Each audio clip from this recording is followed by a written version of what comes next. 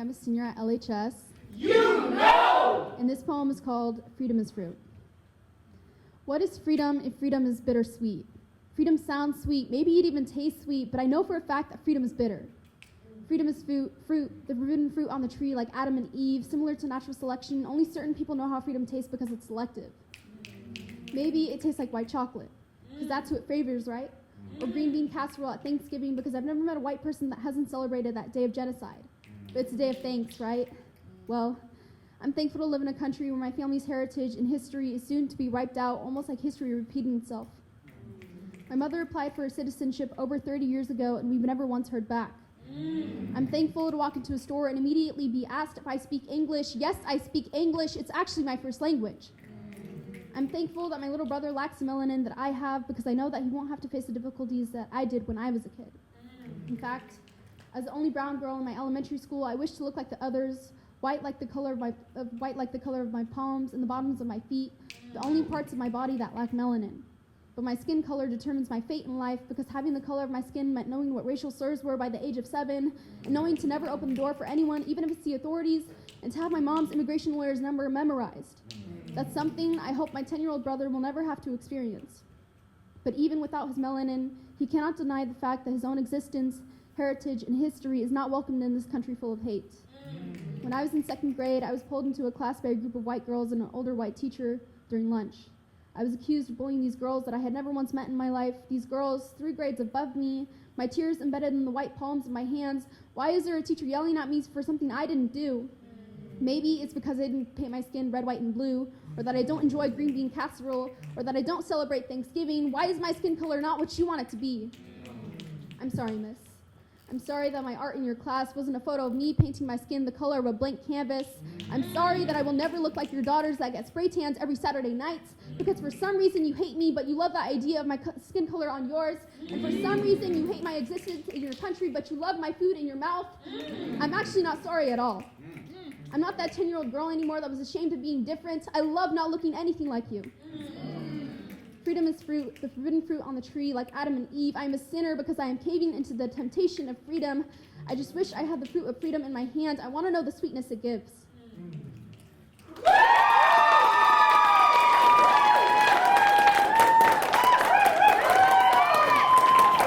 Hi guys, it's me again.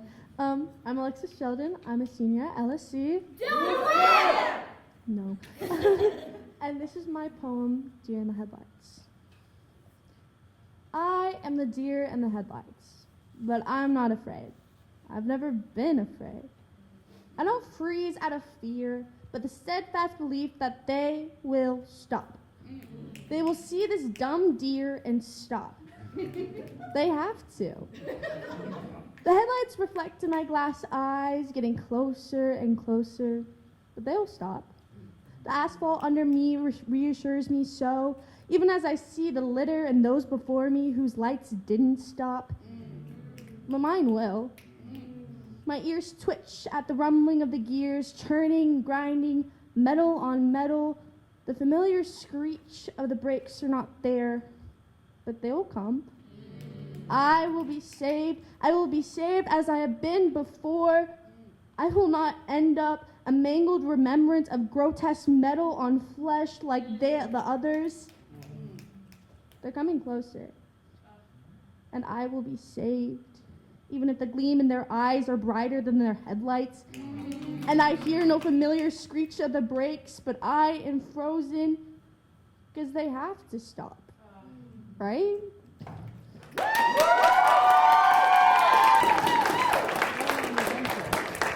What an adventure.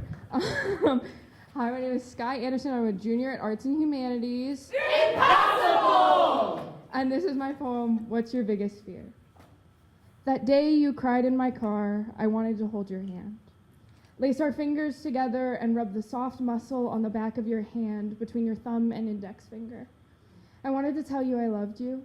I didn't. It would have been selfish to indulge myself, to let you know that I cared so much, too much. I kept my eyes on the road and listened to you tell me all of the horrible things you knew between strangled breaths. And as you held back tears, I held back everything I knew. Because all I knew in that moment was that I loved you. and that I would never be able to stop.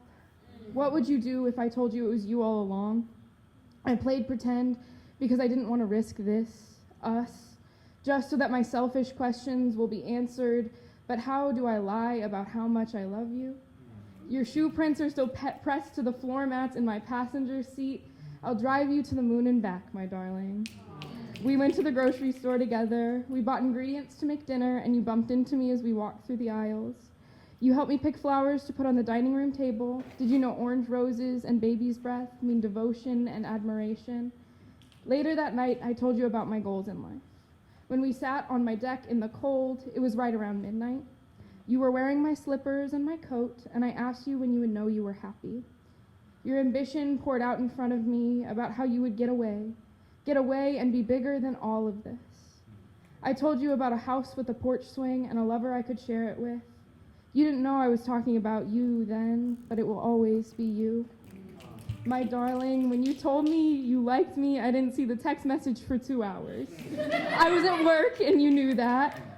I think we were both too scared of losing each other, of losing ourselves. I stayed up late that night to paint you a picture and write you a letter. I woke up early to buy you a new stuffed animal and your favorite soda. I think Coca-Cola tastes gross, but we can argue about that later. Maybe we can talk about it when we go back to the grocery store. We can take turns picking the soda we have in the house. Did I mention I want to live with you forever? To die with you too?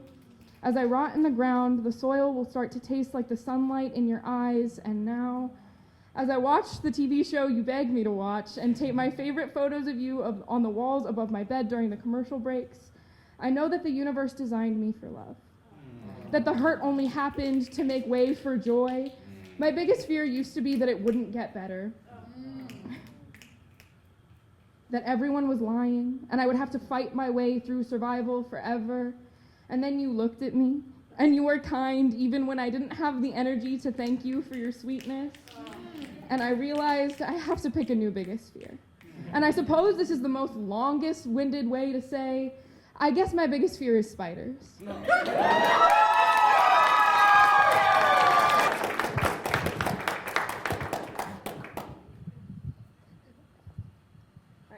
I'm Kellyanne McBride.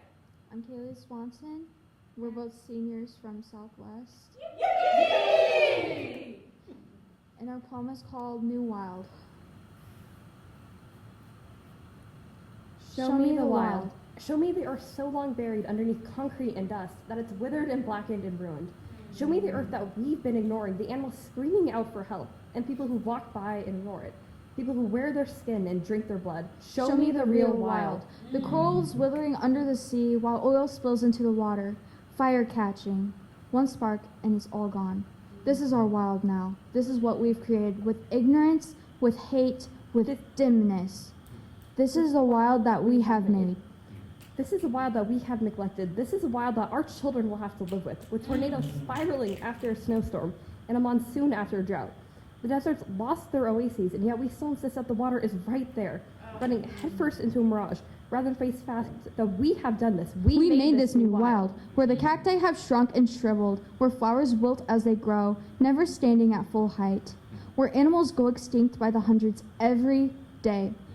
The wild where there's only cities and skyscrapers left, the wild of smoke and fog and ashes. Is this even the wild anymore? We're screaming at celebrities and TV, the traffic when it's too slow, but where's the anger when everything on our planet is gone? The anger when the wild has shriveled and we wonder why there's global warming. Where's everyone's anger that we've killed the only true wild we know? I want the wild, but it isn't there because it lays in the dust like the reflection of the polluted waters with ash and dirt hanging from above, slain by our greed, slain by our lust for power and money. I want the wild, but it's gone. Just as the chaos and pain has given to this world of hurt, and ash and smoke turning into a blazing inferno that no one can stand, and eventually it'll all disappear. This is what we have made. This is our new wild.